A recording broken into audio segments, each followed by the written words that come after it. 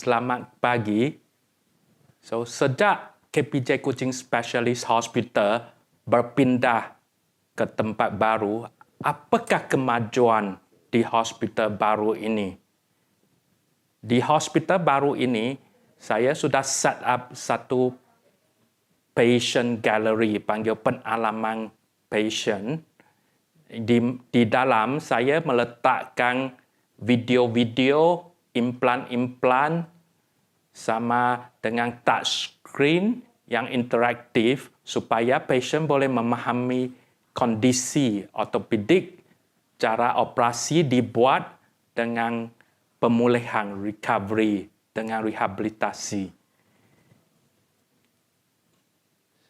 Kenapa saya set up patient gallery ini? Ini ada interaktif touchscreen, video semua-semua. Pasien boleh bukan sahaja faham, pasien boleh merasai implan itu. Sama dari pengalaman recovery patient yang lain. Apakah kemajuan di KPJ hospital baru ini? Semua ada 4 kemajuan yang saya ingin ceritakan.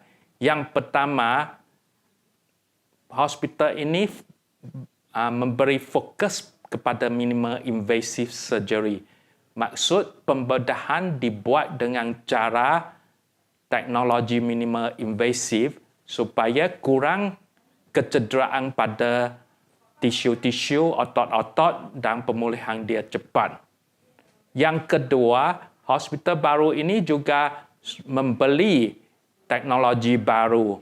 Macam contoh dia, navigation, macam cara GPS untuk memastikan ketepatan implan waktu buat knee replacement.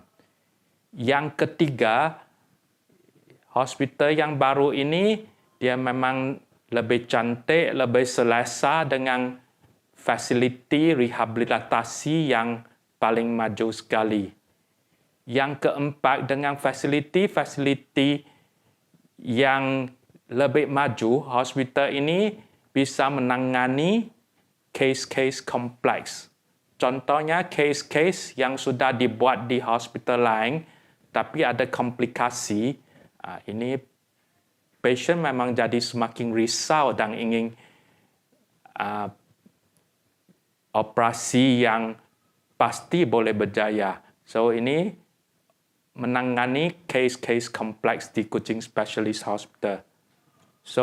Ini contoh saya di sini, teknik minimal invasive penggantian pinggul. Ini ibu yang datang pada bulan Januari sewaktu pandemik dari Jakarta.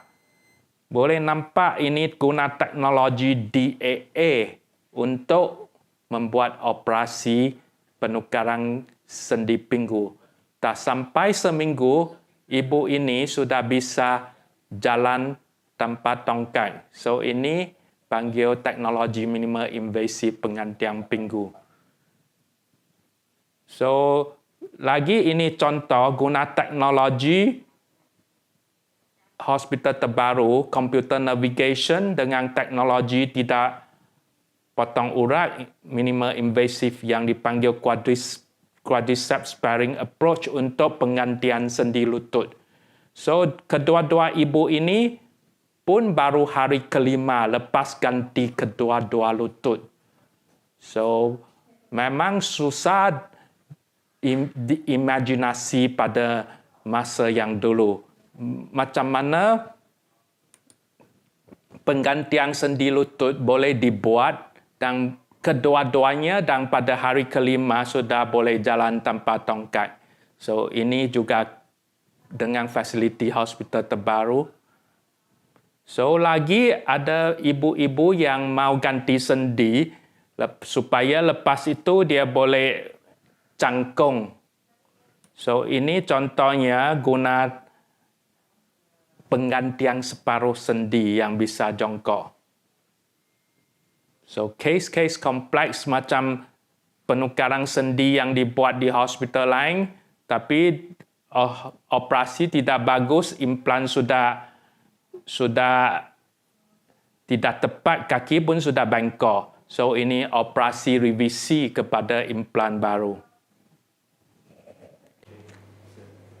Halo, ini pengalaman patient gallery di Hospital Baru Kuching Specialist Hospital. So di sini ada semua implants dengan video-video yang ditunjukkan kepada patient sebelum operasi dibuat untuk menolong patient memahami prosedur.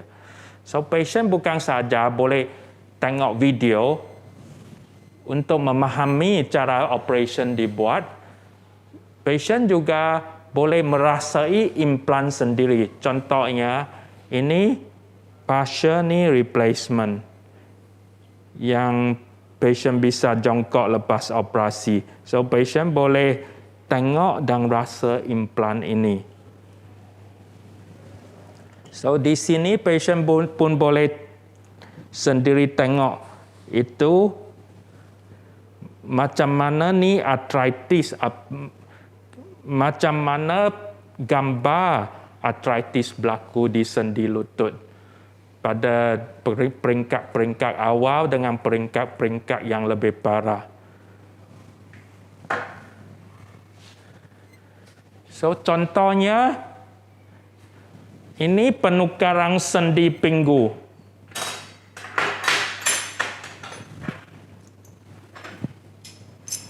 Penukaran sendi pinggul.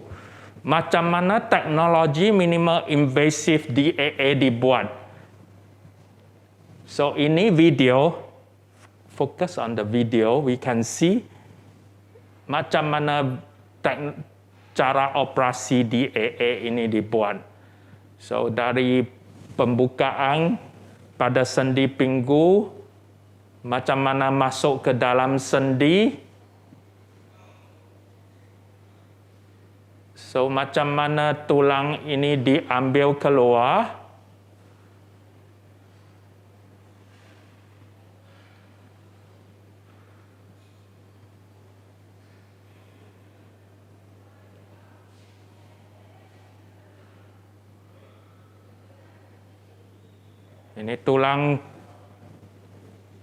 ini tulang femur, kepala femur dikeluarkan. Dan lepas tu macam mana implan dimasukkan ke dalam acetabulum ini.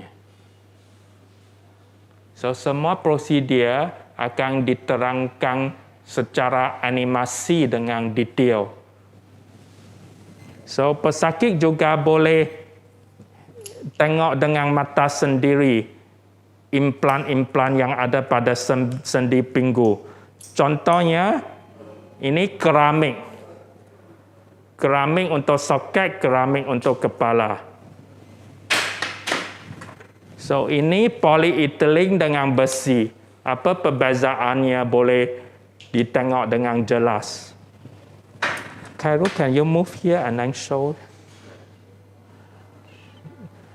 So ini total hip replacement dengan implan-implan yang berlainan.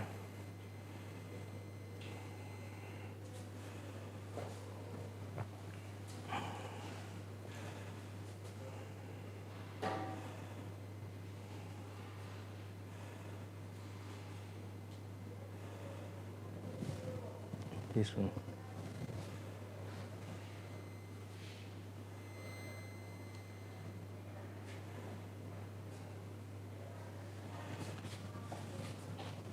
So, untuk penggantian lutut, patient pun boleh tengok sendiri perbezaan antara implan lama.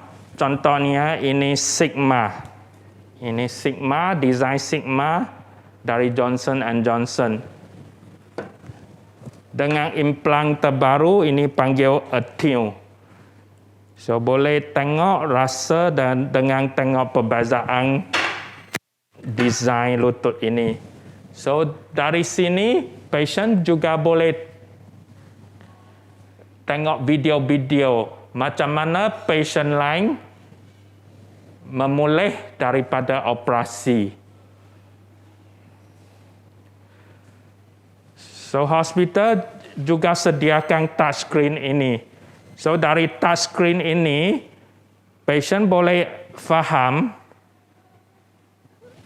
apa yang berlaku di dalam arthritis bila peringkat yang ringan dengan peringkat yang serius. So macam mana kecederaan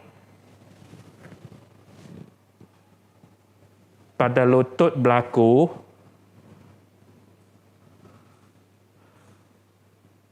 So macam mana operasi dibuat.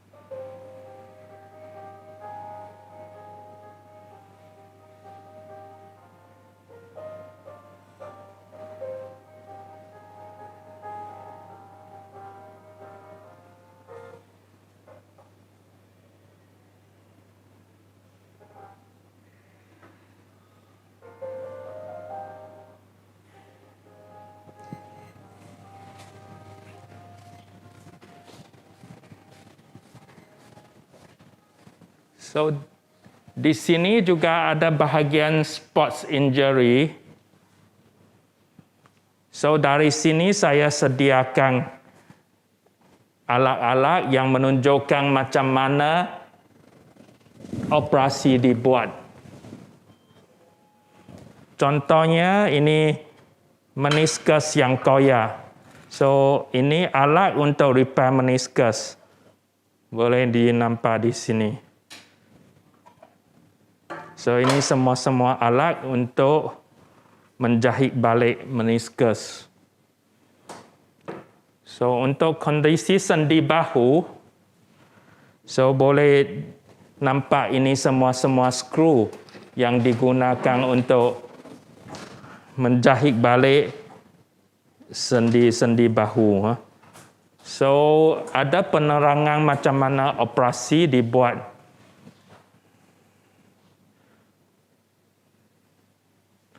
Dengan poster-poster.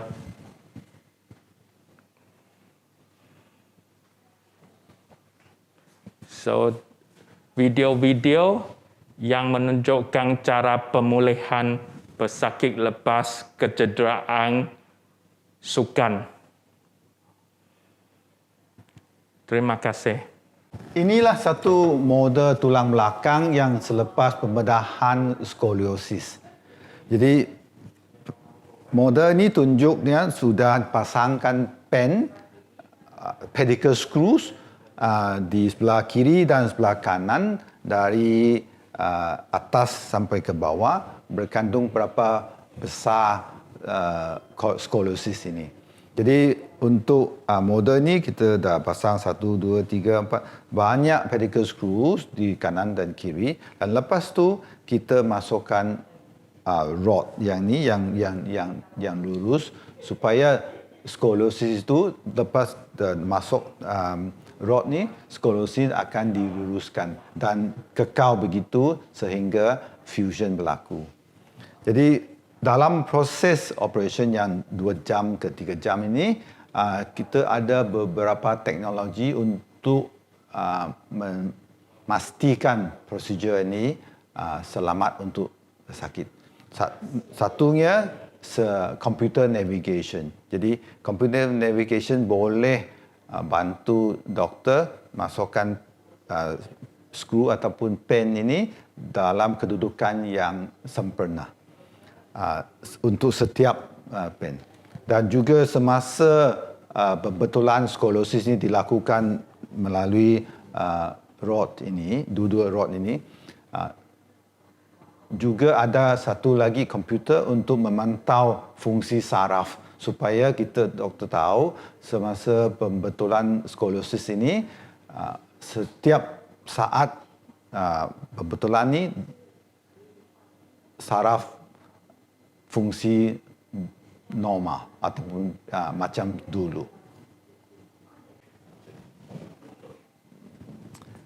ramai pasien yang ada masalah tulang belakang lumbar perlu menjalani operation tulang belakang supaya 2 ataupun 3 tulang dicantumkan.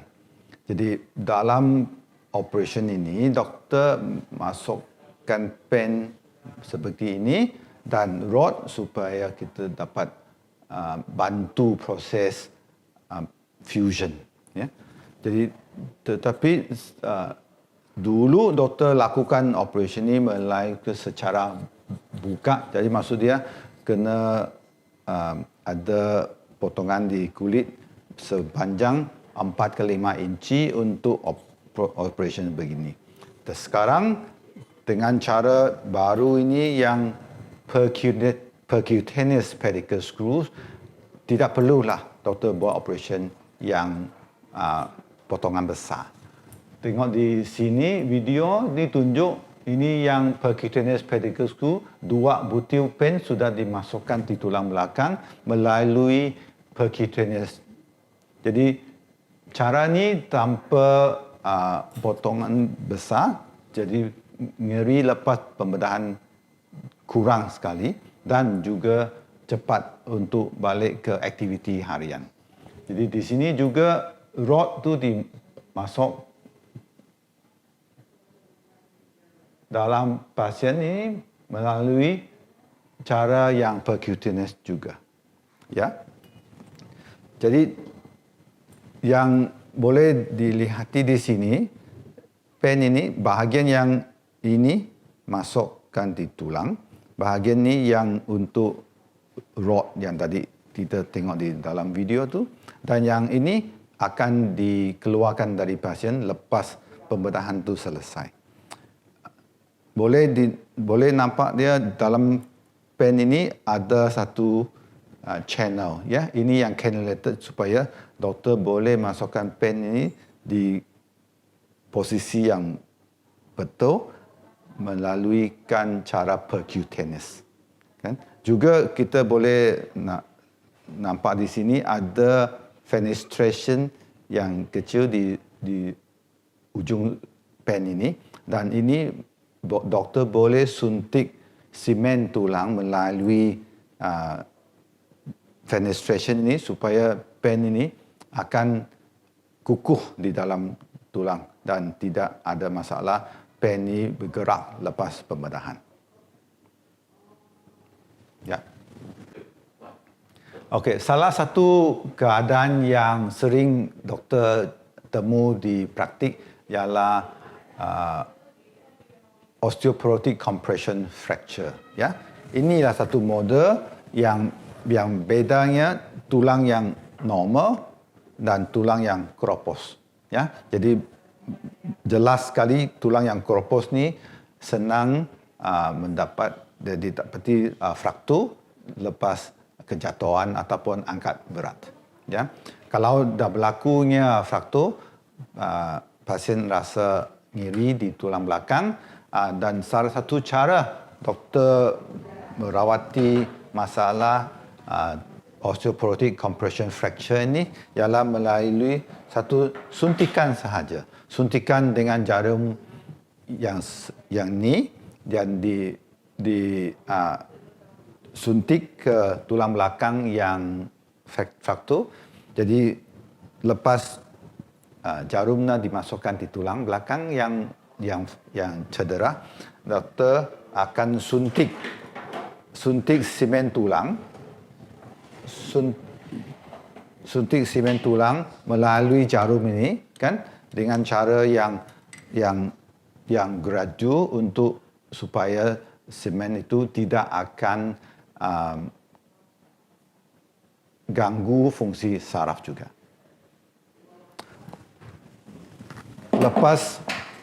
Lepas 10 minit, simen yang disuntik ke dalam tulang belakang yang fraktur akan jadi keras dan akan dapat melegakan sakit dan juga mencegahkan tulang belakang itu lagi nipis lepas prosedur ini. Jadi ini satu keadaan doktor dapat bantu mereka yang ada mengalami costoportic compression fracture dapat selesa macam biasa lagi. Okay, selamat sore dan selamat petang untuk tuan-puan dan puan-puan sekalian.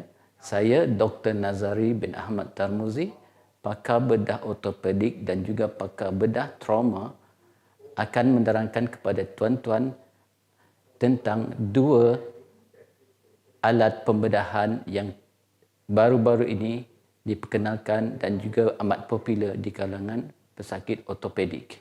Pertama sekali saya akan terangkan satu daripada alat yang biasa digunakan untuk pembedahan ortopedik, iaitu pelvic surgery atau kepatahan pelvik.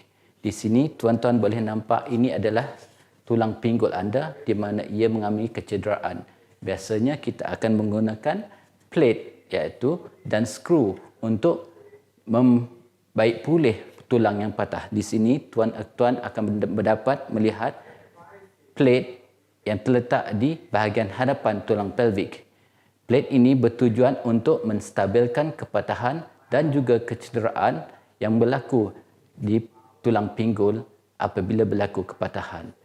Dan bagi yang kedua, iaitu saya akan tunjukkan satu alat yang dipanggil Ilizarov External Fixator atau alat yang digunakan untuk membantu penyembuhan tulang, terutamanya kepatahan tulang yang terlibat akibat kemalangan dan juga kepatahan tulang yang mempunyai luka yang besar. Di sini tuan-tuan boleh nampak dia terdiri daripada 4 gelongan, iaitu atau ring, bahagian atas, bahagian tengah dan bahagian bawah. Ini adalah tulang femur atau tulang paha kita. Tuan-tuan boleh nampak di sini terdapat kepatahan di hujung tulang, dan hujung tulang ini kita akan stabilkan dengan alat ini dengan menggunakan sistem gegelungan ini atau Ilizarov External Fixator, di mana kita akan memasukkan wire untuk mencantumkan dan menstabilkan tulang yang patah di bahagian bawah. Dia amat berfungsi untuk menstabilkan dan memberi kekuatan kepada tulang yang patah agar proses penyembuhan akan berlaku dengan lancar tanpa sebarang masalah yang serius. Ini adalah salah satu contoh rawatan tulang kepatahan yang telah diperkenalkan di seluruh dunia dan juga amat popular di kalangan pakar bedah trauma ortopedik. Sekian, terima kasih.